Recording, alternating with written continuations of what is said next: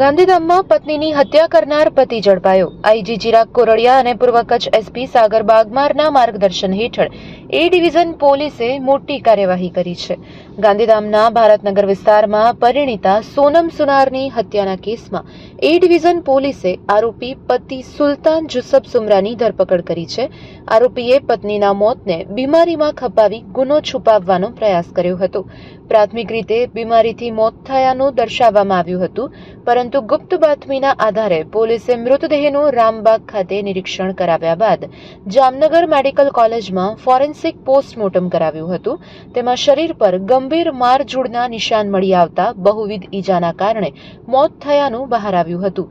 તપાસ દરમિયાન જાણવા મળ્યું કે મૃતક સોનમે ઘટનાના થોડા દિવસ પહેલા જ પોતાના પિતરાઈ ભાઈને ફોન કરી પતિ જાનથી મારી નાખશે તેવી ભીતિ વ્યક્ત કરી હતી। ત્યારબાદ દુબઈથી આવેલા નાના ભાઈ રાહુલ સુનારની ફરિયાદના આધારે એ ડિવિઝન પોલીસે હત્યાનો ગુનો નોંધી આરોપી પતિ સુલતાન જુસબ સુમરાની ધરપકડ કરી વધુ તપાસ હાથ ધરી છે। Report by Bharti Makhijani, Gandhidham.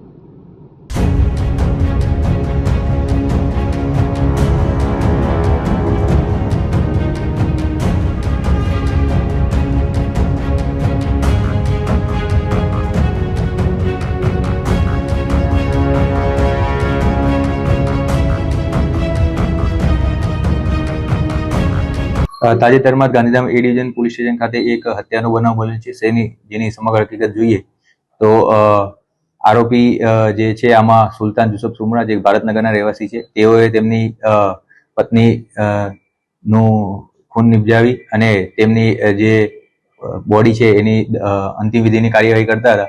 એ દરમિયાન જ પોલીસને બાતમી મળેલી કે આરોપી દ્વારા પોતાની પત્નીને માર મારીને એનું મોત નિપજાવેલ છે અને એની લાશની અંતિમ વિધિ કરવાની પેરવીમાં છે। જે માહિતી પોલીસને તાત્કાલિક મળતા પોલીસે ઘટના સ્થળે પહોંચી અને લાશનું ફોરેન્સિક પીએમ કરેલ અને ફોરેન્સિક પીએમ દરમિયાન મરણજનાની લાશ પર મલ્ટિપલ ઇન્જરી હોવાની હકીકત જણાઈ આવેલ। જેના આધારે પોલીસ દ્વારા મરણજનાના ભાઈની ફરિયાદ લઈને કાયદેસરની કાર્યવાહી કરવામાં આવી છે અને પોલીસ દ્વારા આરોપીની અટક કરવામાં આવી છે।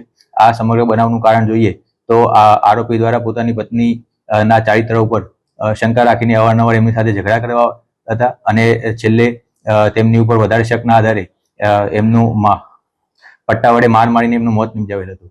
આ સમગ્ર કાર્યવાહી દરમિયાન હાલમાં પોલીસ દ્વારા આરોપીની અટક કરવામાં આવી છે અને વધુ તપાસ પોલીસ દ્વારા ચાલુમાં છે। જે મરણજના બેન છે એ મૂળ નેપાળના રહેવાસી છે અને ઘણા સમય પહેલા એમના પરિવાર સાથે અહીંયા ભારતનગરમાં રહેતા હતા। તે દરમિયાન આરોપી અને મરણજનાને પ્રેમ સંબંધ થયેલો અને બંને પ્રેમ લગ્ન કરેલા છે અને આ સમગ્ર બનાવની પોલીસની માહિતી મળતા પોલીસ દ્વારા જાતેથી આની તપાસ કરી અને મરણજનાની ફોરેન્સિક પીએમ કરાવતા સમગ્ર હકીકત બહાર આવેલ છે।